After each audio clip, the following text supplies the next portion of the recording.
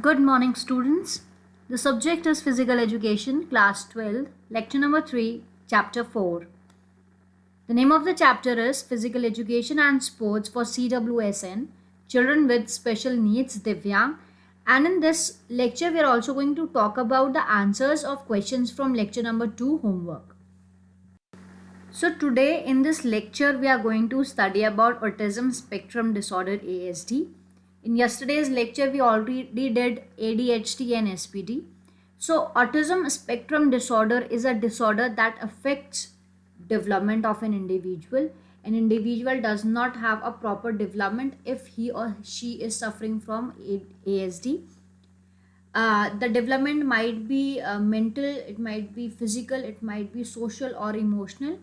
So the development, the wholesome development of an individual is negatively affected by autism spectrum disorder.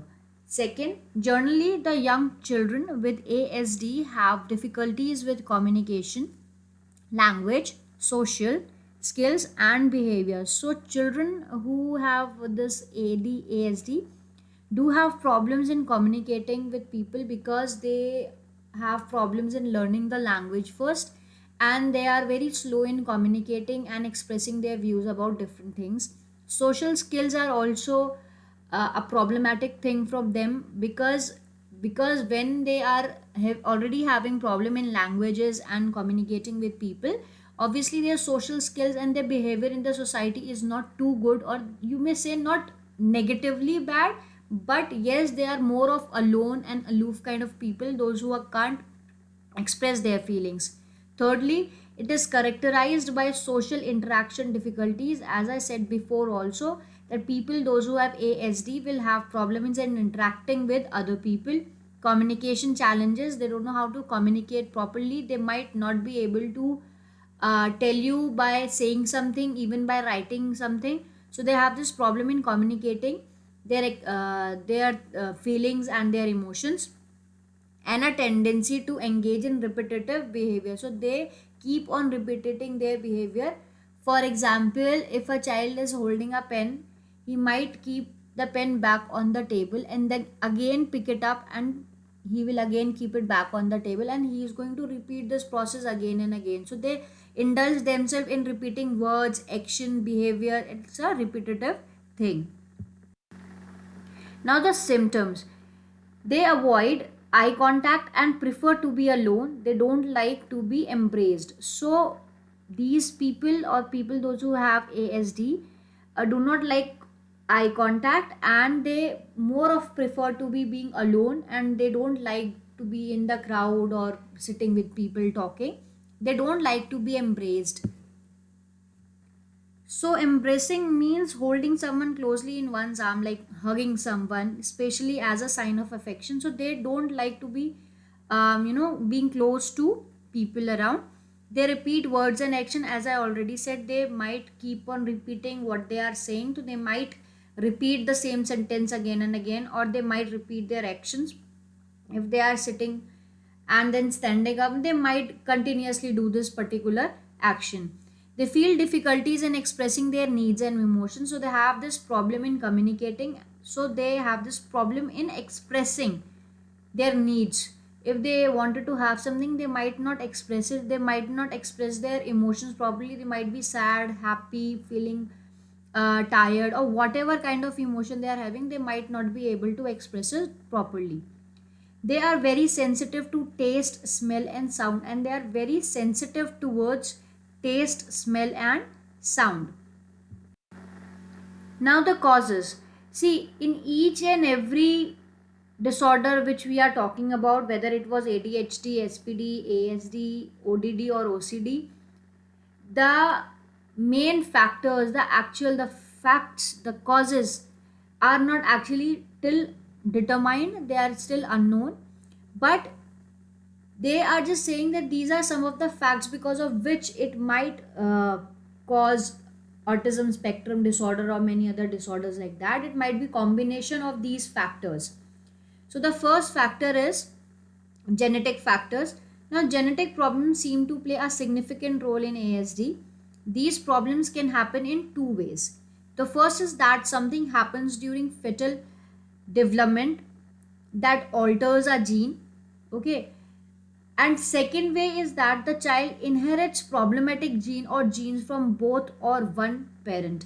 So it depends, it might depend how a person is developed in the womb.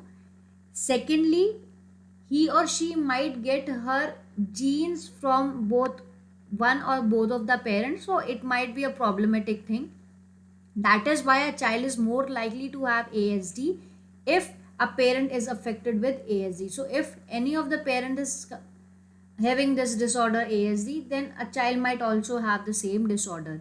It is a fact that least at least 10% children with ASD have a form of genetic disorder such as Down syndrome. So there are more of people, 10% of the people, those who have this ASD might also have Down syndrome. The next one is environmental factors. In fact, there is no solid evidence to show that ASD can be caused by anything in the environment like diet or exposure to certain drugs or toxins. However, it is also avoided that mothers exposed to high level of pesticides and air pollution may also be at higher risk of having a child with ASD. So you might have understood that there is no solid fact about having a bad into if you are into a bad polluted environment, so you might have ASD. But if the mother while she is pregnant, if she is around this high level of pesticides or air pollution is there, then the child might have ASD. Brain development. It has been observed that the brain of children with ASD develops differently in growing children. In such children, brain grows at a faster rate during the first 3 years of childhood. Such children have more cells than they require. Even the connections between the cells are not proper. It may be one of the causes of ASD. So they are talking about brain development also. As they are saying, people or children, those who have ASD, in the starting few years from 1 to 3, their brain grows very fast. So the connections between the cell is not too good, and it might be one of the cause of ASD. It is important to keep in mind that these factors by themselves don't cause autism. Rather, in combination with genetic factors, they appear to increase risk. So, as I said when we actually started talking about the causes of autism, that these factors don't directly just cause autism. With certain combination of different factors or some genetic factors, they might increase the risk of having autism spectrum disorder. The next one is oppositional defiant disorder, ODD. So it is a set or group of behavioral disorders called disruptive behavior disorder. So the other name of oppositional defiant disorder, you can also say disruptive behavior disorder. It is caused by this name because children who have these disorders always tend to disrupt those around them.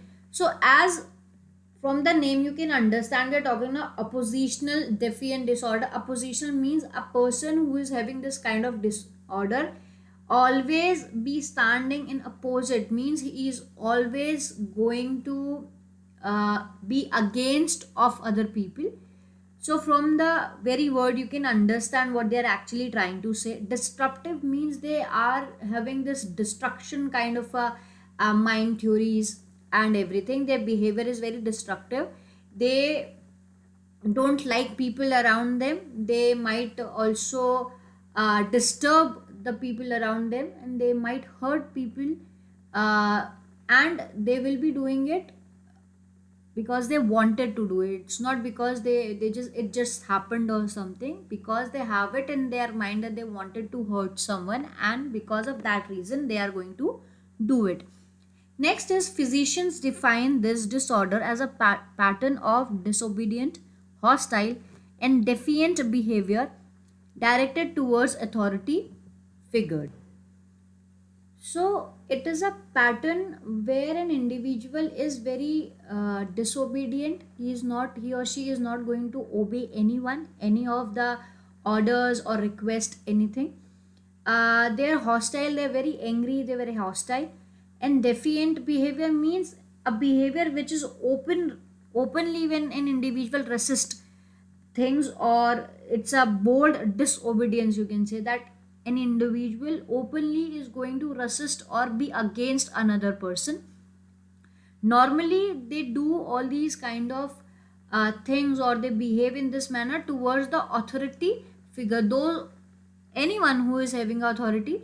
For example, if a child who is a age of 5 or 6 is having ODD, he might be the authority will be a teacher, a parent, or a big brother or sister, anyone, someone who is elder than that person. Then he or she is going to be very disobedient, not going to follow the rules, will not obey whatever is said, and he'll try and make excuses and try and make hurt people. So this is how a ODD affected person is behaving. It has also been seen that even children of best behavior can be uncooperative and hostile at times. So, if an individual is having ODD and that person is very a child who is very good in behavior, but sometimes when all these things struck to him, he might be very uncooperative and he might be very hostile also. Such children argue with parents and defy authority from time to time, especially when they are tired, hungry, or under stress or tension. So these kind of children normally behave in such manner when they are especially tired, they are hungry, or they are some under stress or tension. Then they are not going to listen to what is said to them. They are going to argue with anyone who is having authority around them. Now the symptoms. Now the first, these are the symptoms. One is going to be a rebel. He or she is not going to listen to anyone, argue with adults. They are going to argue with each and every point which you put in front of them. It might be wrong or right, whatever it is, but they are going to argue with you. They exhibit angry outbursts. They can be angry at any point of time, at any small thing also. They can be very angry, and they can just, the outburst would be very in a very anger behavior. They have heard a hard time in controlling their anger or aggression, so they just don't know how to control their anger. They refuse to comply with request. So even if you are requesting them or something in a very peaceful manner, still they are going to refuse that particular thing. They deliberately annoy and upset other individuals. So they are into this behavior of annoying and upsetting people around them. They do it deliberately because they wanted to do it. They also try to blame other individual for their mistake. If they are caught doing something wrong, so they might put their whole mistake to on somebody else, and they might not be taking the blame on their own, and they might blame people around them. They show resentment and have revengeful attitude. So every time they are going to be having that angry aggression in them, they are going to be revengeful. They will be feeling that every time these people are not, you can say, not taught properly in the society or taken in a proper way, that's why they are going to have this revenge, that with everyone around them they are going to take their revenge without any reason. They have difficulty in making friends and have low self esteem. So as because of their attitude, or because of their this defiant behavior, they have difficulty in making friends around them, and they also have this very low self esteem. They have negativity in their behavior, so they are never positive about things. So they have this very negative kind of a behavior where they are going to hurt people, and all these things they will be doing very deliberately. So now we are going to start with causes of oppositional defiant disorder. The first one is biological or genetic factors. Children are more susceptible to developing ODD if they have a parent with a history of ADHD or ODD. So if any of the parent who is having ADHD or ODD, then a child may also suffer from the same. Children may be affected with ODD if their parent had depression or bipolar disorder. If the parents were suffering from chronic depression or bipolar disorder, or he or she is exposed to toxins or poor nutrition, then their child might also have ODD. The second one is physical factors.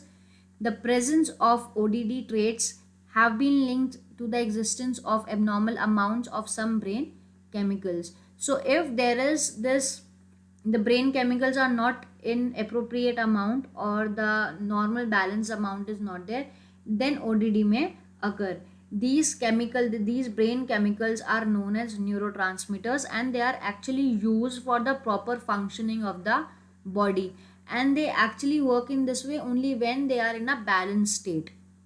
So if these chemicals are not there in a balanced state, they are very in a imbalanced amount, then ODD may occur.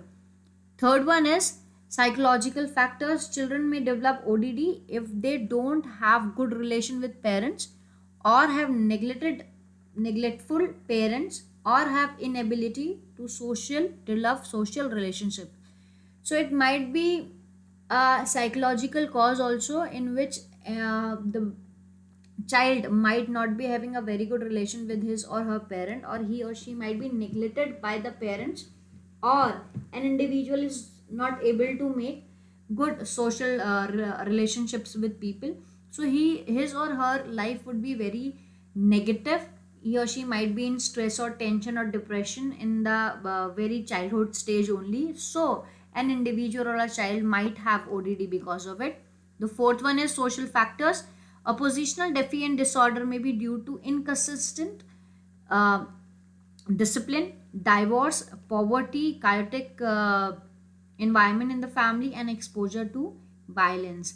So social factors are like this, that if in a family where they're living, the parents are divorced, there is this negative relationship among parent, or the kid is beaten up, is exposed to violence, or the family is not does not have a good relation among them, it's very a very kind of unhealthy or negative environment.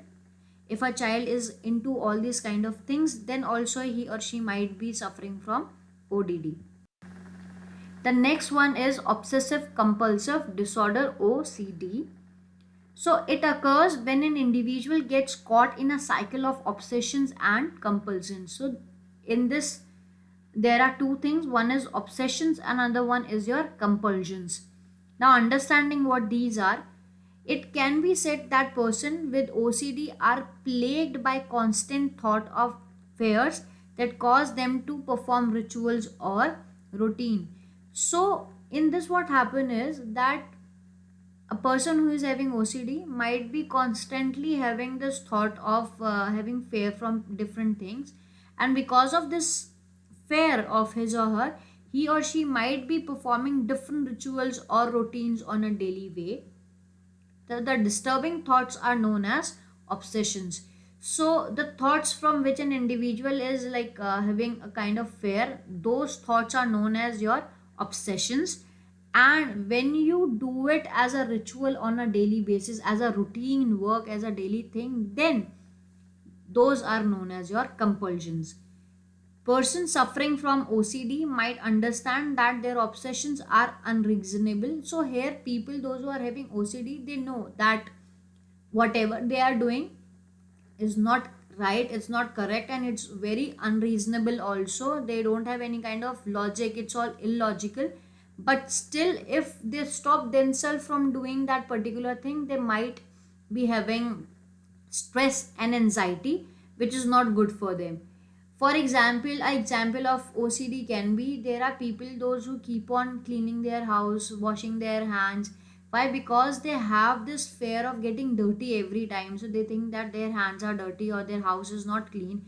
And as a ritual, what they do is they keep on cleaning their hands and house and clothes and everything, cupboards or whatever there is. So this is OCD, where an individual will have a thought of or a fear of something, and to get rid of that fear of his, he is going to perform different activities, and those activities will be the compulsions of his.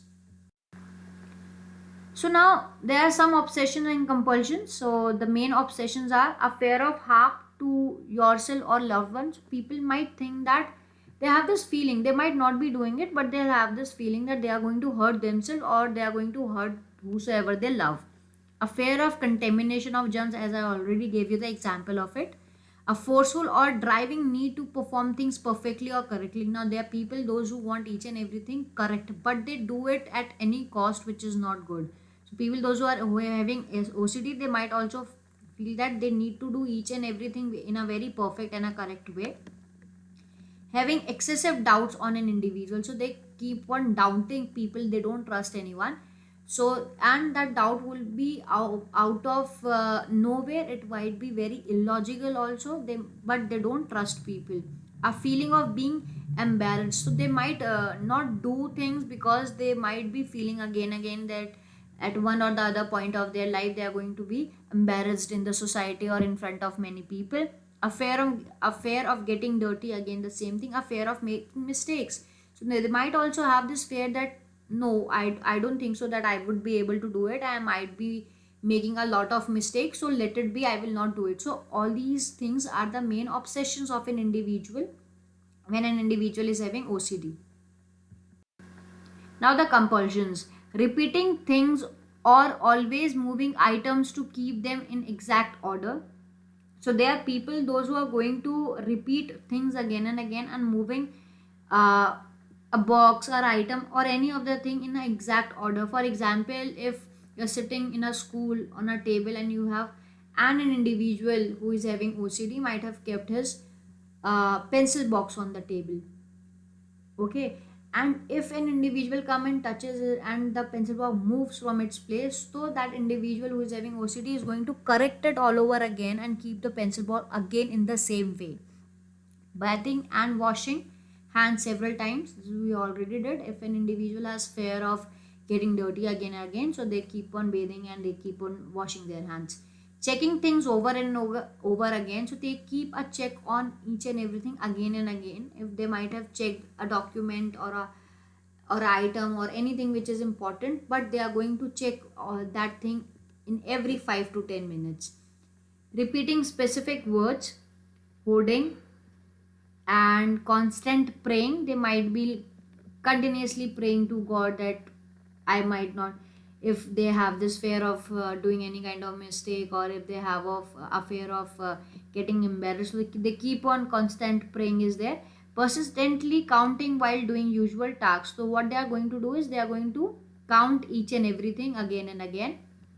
So there was one word, hoarding, and hoarding means that when an individual does not want to get parted from something with which he or she is very possessive, so they don't like or they feel this difficulty in discarding or parting with anything with which they have a possession.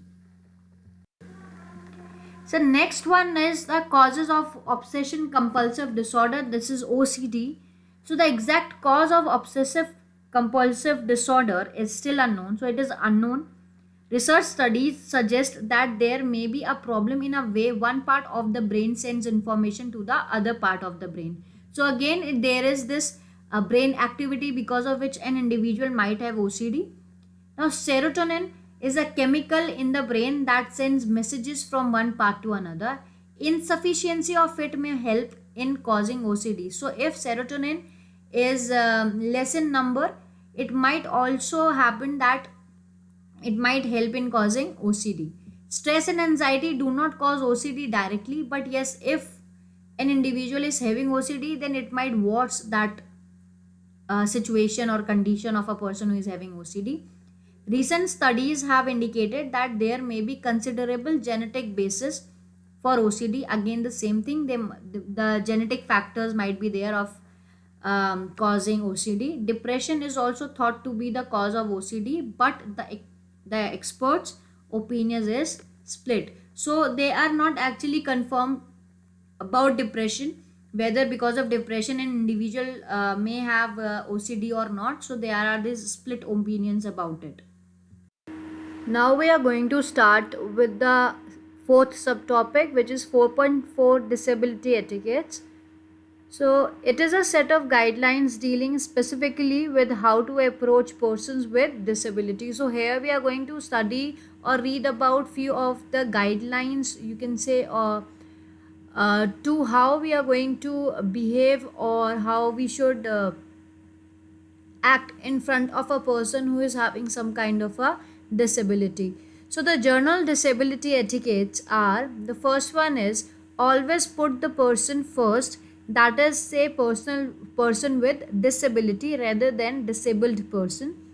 So always use the word person first and then uses or talk about his or her disability rather than directly saying disabled person. Always avoid the outdated words like handicapped, retarded, physically challenged or differently able. So these type of words should not be used in front of them, or in your normal ways also you should not use such kind of words. For example, refer to person who are blind rather than blind person. So how you are going to say it? That person who is blind or persons who are blind rather than saying blind person. The next one is, in case of introduction to a person with a disability, it is appropriate to shake hands. So while introducing yourself to anyone who is having any kind of disability, one must shake their hands first. Third is, when you meet a person with a visual impairment, always identify yourself and others who may be with you. So because they have this visual impairment, they have this problem in seeing things. So it will be a better thing that you identify yourself first. Tell them who you are, and if you are with someone, tell their name also, so they can get comfortable with you while talking, or they will understand who are you exactly. The fourth point is, leaning or hanging on a person's wheelchair should always be avoided because such act is generally considered annoying. Now, people, those who use wheelchairs, so one should not lean or hang or just put their hands on the wheelchair when they are sitting on that. That is very annoying because for them it is a part of their own body. They do move with the wheelchair from one place to another, so they feel it as a part of their body. So one should not again and again lean or hang or just touch the wheelchair again and again. It's inappropriate. Fifth point is, always listen carefully as well as attentively when you are having conversation with a person who has difficulty in speaking. Have patience and wait for a person to finish rather than correcting or speaking for that person. Generally ask short questions that require short answers. So while we are talking or you're talking to someone who is having problem in speaking, so one should have patience and wait for that person to complete his sentence or complete whatever he wanted to say. One should not correct that person or start speaking for them. Like for example, if someone is speaking and think that that person is having some problem, so you should not start talking uh, for them ki this, oh, this is what you want. Just don't do that. Don't stop them in between. Let them talk. You should be patient enough to do. And whenever you are talking to them, ask questions which have short answers. We do not have a long answer in which they might be having problem in communicate. Sixth is, when talking with a person who is on wheelchair or a person who uses crutches, keep yourself at eye level in front of that person to facilitate the talk. So if someone is sitting on a wheelchair, so if you are standing, try and get to their eye level and talk properly so that it would be proper and appropriate for them also, and they will feel comfortable while talking to you.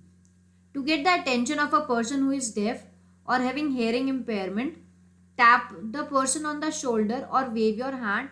You should look directly at the person and speak clearly, because now we know we are talking to a person who is deaf or who a person who can't hear things properly. So one should, you can tap the person's shoulder or wave your hands properly so that he can judge that you wanted to talk, and then while talking to him, make good eye contact and speak clearly, very properly, clearly. Never patronize person who uses wheelchair by patting them on the shoulder. So patronizing means treating someone with a kind behavior or a very helpful behavior, but again showing them that you are much more superior than them. So that is patronizing an individual. So when an individual is sitting on the wheelchair, one should not pat them on their heads or shoulders and showing them that you are superior or something. So this should not be done. Always introduce yourself to person who are blind using your name. Always use your name if you are talking to someone who is blind. 10th, if you need to leave a person who is blind, inform him that you are leaving and ask him if he needs anything before you leave. So before leaving a person who is blind, because that person has problems in seeing or he's having visual impairment, so you should first inform them that yes, now I am leaving, and then ask him whether he needs or she needs anything or any help they wanted to have. Next is always avoid asking personal questions to an individual who is differently able. So one must not keep on asking personal questions or questions related to their disability. One should not do that. 12th is always give additional time to a person with any disability to do or say something. So you should not rush when you are talking to someone or doing any kind of activity with the individual who is having a disability. So you should give them extra time so that they can complete off whatever they are saying or doing. 13th is always have conversation at a normal tone of voice. Don't talk in high pitch to such individuals. So what you should do is you should talk to them normally as you talk to other people.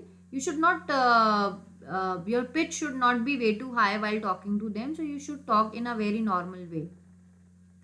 Don't pretend to understand if you are facing problems in doing so. So if an individual who is having any kind of disability is talking to you, and if you're not understanding their point, then please don't lie about that. Ask them that what they are trying to say or whatever, but never lie to them if you are having problems in problems in understanding what they are saying. So just ask them, don't lie. So this is the end of the lecture. We are going to start telling you the homework. So question number 1 is write any 5 disability etiquettes. Question number 2 is what are the causes of ODD? Question number 3, what do you understand by ASD? Question number 4, write any 3 obsessions and 3 compulsions of OCD. Now the answers of homework questions from lecture 2. The question was explain any 5 causes of disability. Answer is causes of disability are disturbance in endocrine gland. Disturbance in endocrine glands may also lead to disability. Owing to such disturbance, a child may suffer from various physical and mental deficiency. Malnutrition. Malnutrition is another significant cause of disability, especially in our country. If a child does not get appropriate nutrition, he may be physically weak. Illnesses. The illnesses like cancer, heart attack, diabetes, etc. cause a number of long-term disabilities. Arthritis, back pain, musculoskeletal disorder, etc. are also significant causes of disability.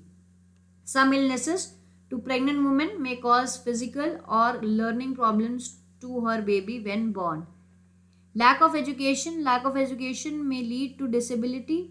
Generally, laborers are not educated. They fall prey to certain diseases which can be avoided by using certain scientific methods or by taking precautions.